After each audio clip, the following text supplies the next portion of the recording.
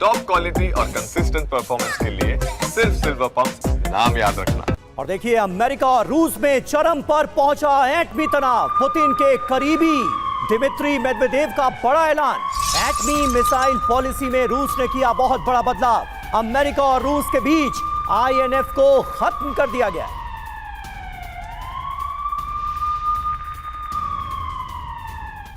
आपको बता दें, रूस इंटरमीडिएट रेंज न्यूक्लियर फोर्स संधि से बाहर निकला। अब मीडियम और शॉर्ट रेंज न्यूक्लियर मिसाइल की तैनाती रूस करेगा।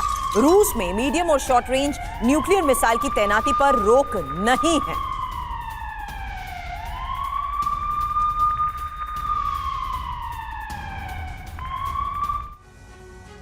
और आईएनएफ पॉलिसी बदलने के बाद क्रेमलिन की चेतावनी सामने आई। रूस आगे कई और बड़े फैसले लेगा, ये कहा गया है। रूस ने कहा, फैसला अमेरिका और नाटो की रूस विरोधी नीति का नतीजा है।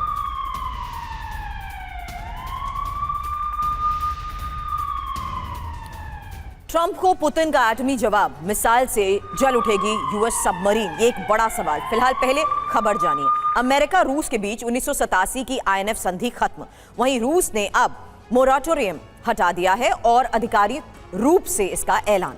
वहीं रूस की सेना को भी कहा मिसाइल तैनाती की छूट मिली। वहीं यूरोप के करीब नेटो बॉर्डर के पास तैनाती पर भी रोक खत्म। हालांकि अमेरिका और नेटो के एक्शन के कारण ये जो फैसला लिया गया है, इसका असर क्या हो सकता है, आईएनएफ संधि आखिर है क्या, और जिस लिहाज से इस वक्त ये फैसला लिया गया है, इसके मायने क्या हैं? क्योंकि बड़ी खबर उस लिहाज से समझिए जहां यूरोप के करीब और नेटो बॉर्डर के पास तैनाती पर ही रोक खत्म हो चुकी है। और अमेरिका और नेटो के एक्शन के कारण ही जिस तरीके से यह फैसला लिया गया है, जाहिर सी बात है समीर, आने वाले वक्त में इस फैसले का असर हो सकता है, क्योंकि इसी फैसले के आधार पर एक बहुत बड़ा संदेश भी जा रहा है। समीर जी हां, डोनाल्ड ट्रंप को व्लादिमीर पुतिन का दरअसल ये बड़ा एटमी जवाब है। जिस तरह से परमाणु सबमरीन की तैनाती अमेरिका की तरफ से की गई थी, उसका ये बड़ा जवाब पुतिन की तरफ से दिया गया है। इसके मायने क्या हैं, ये आप समझिए। और इसके लिए ये समझना जरूरी है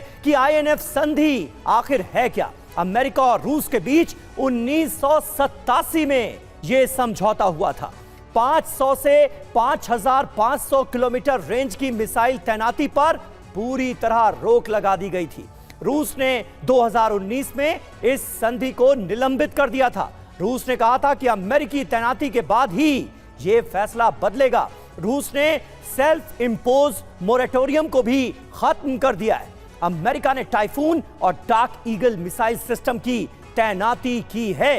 तो ये अपने आप में एक बड़ा डेवलपमेंट है, जिसके बारे में हम सबको जानकारी होनी चाहिए। मनीष झा का मैं रुख करूंगा। मनीष, थोड़ा हमारे दर्शकों को आसान शब्दों में समझाइए, आईएनएफ संधि के खत्म होने के मायने क्या हैं, और यह खबर हमें किस तरह यह बता रही है कि अमेरिका और रूस के बीच टेंशन चरम पर पहुंच चुका है। देखिए, पिछले दिनों हम सब ने देखा कि किस तरह से प्रेसिडेंट ट्रंप ने 2 न्यूक्लियर सबमरीन को रूस के पास डिप्लॉय करने का आदेश दिया।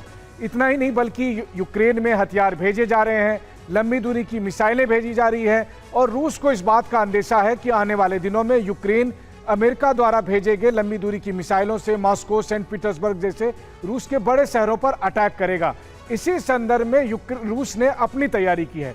रूस ने उस संधि के तहत जो अपने ऊपर एक तरह का कहें कि रिस्ट्रिक्शन लगा रखा था, जिसमें रूस ने छोटी दूरी के और लंबी दूरी के जो न्यूक्लियर मिसाइल हैं उनको वो डिप्लॉय नहीं कर रहा था, उन सब से अब वो मुक्त हो गया है।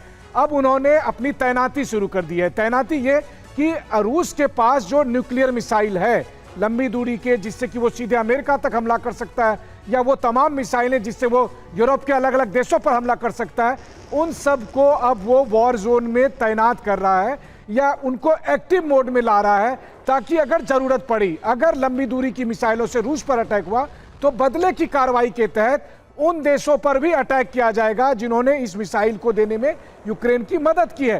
तो अब युद्ध एक नए स्टेज पर जा रहा है। और इसकी शुरुआत किसने की? तो प्रेसिडेंट ट्रंप ने 2 न्यूक्लियर सबमरीन को भेजकर, जिसके बाद रूस ने अपने ऊपर लगी जो रिस्ट्रिक्शन की पॉलिसी थी उसे हटाकर एग्रेसिव रुख अख्तियार किया है।